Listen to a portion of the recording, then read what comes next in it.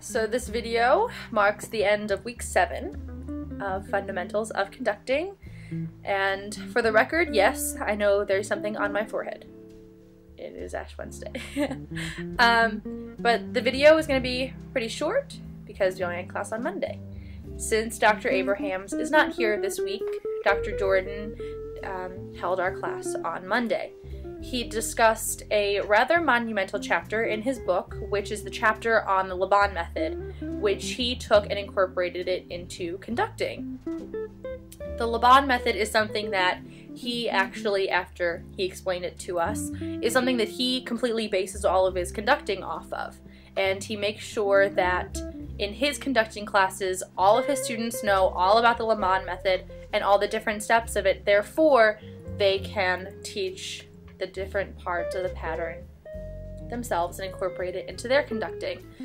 He started off the first half of the class by discussing a little bit of history concerning Laban, where he's from, and how it all came. Apparently Laban was obsessed with movement, and so he studied dance and realized that he didn't really want to dance, that he wanted to just study movement. So there's all these different movements like push, dab,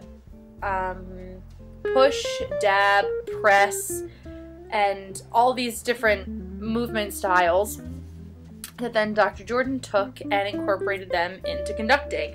So you can have like press, glide, dab, and like a 3 pattern.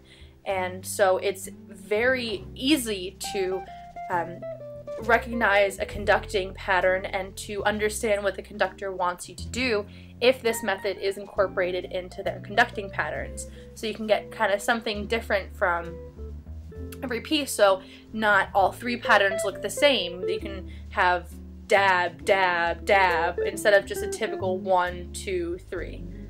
3 pattern was wrong, don't judge.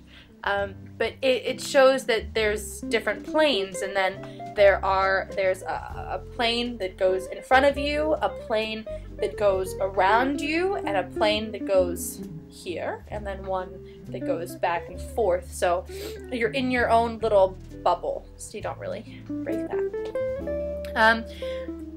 As for excuse me, as for using the Laban method, I'm not going to be as adamant on it as Dr. Jordan is, although I completely understand why he is the way he is about the method.